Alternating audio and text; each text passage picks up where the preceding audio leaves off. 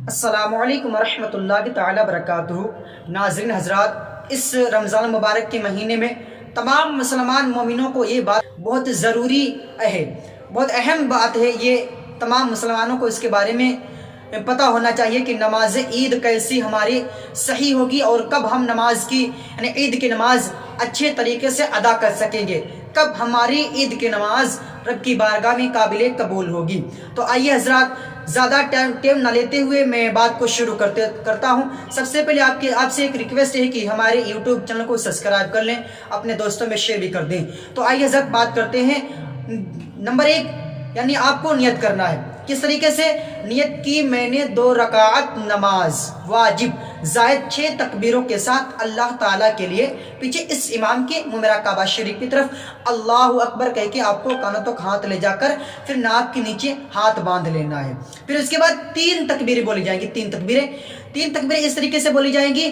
پھر آپ کو پہلی تکبیر میں اللہ اکبر کہہ کے ہاتھوں کو چھوڑ دینا ہے، پھر دوسری تکبیر میں اللہ اکبر کہہ کے ہاتھوں کو چھوڑ دینا ہے، پھر تیسری تکبیر میں اللہ اکبر کہہ کے ہاتھوں کو ناف کے نیچے باندھ لینا ہے۔ پھر امام صاحب جو ہے قرأت کریں گے، اس کے بعد جو ہے رکوع سجود ہوگا۔ پھر اس کے بعد 1 رکعت پوری ہو جائے گی۔ جب 1 رکعت پوری ہو جائے گی، پھر امام صاحب کھڑے ہوں گے، اب کوئی تکبیر نہیں ہوگی۔ جب امام صاحب دوسری رکعت کے لیے کھڑے ہوں گے تب کوئی دوسری تکبیر نہیں بولی جائے گی۔ پھر اس کے بعد امام صاحب قرأت کریں گے، الحمد شریف کے بعد کوئی سورت ملائیں گے۔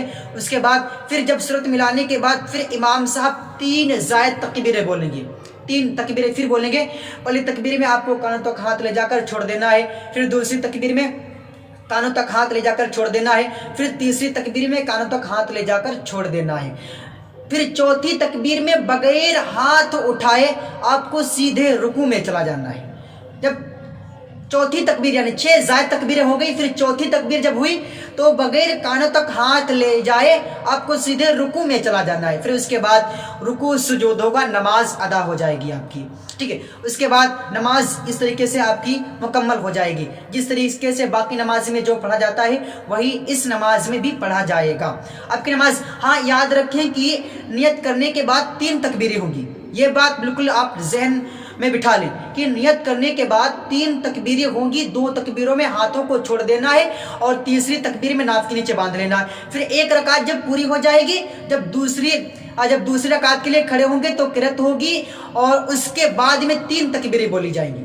تو تینوں تکبیروں میں کانوں تک ہاتھ لے جا کر چھوڑ دینا ہے اور چوتھی تکبیر میں بغیر ہاتھ اٹھائے آپ کو سیدھے رکوع میں چلا جانا ہے۔ جب رکوع میں آپ چلے جائیں گے پھر رکوع سجود ہوگا، آپ کی نماز مکمل ہو جائے گی۔ پھر اس کے بعد خطبہ ہوگا، پھر اس کے بعد خطبہ ہوگی، دعا ہوگی، اور نماز جمعہ میں یعنی نماز سے جماعت سے پہلے خطبہ ہو جاتا ہے اور عید کی نماز میں نماز پڑھانے کے بعد خطبہ ہوتا ہے۔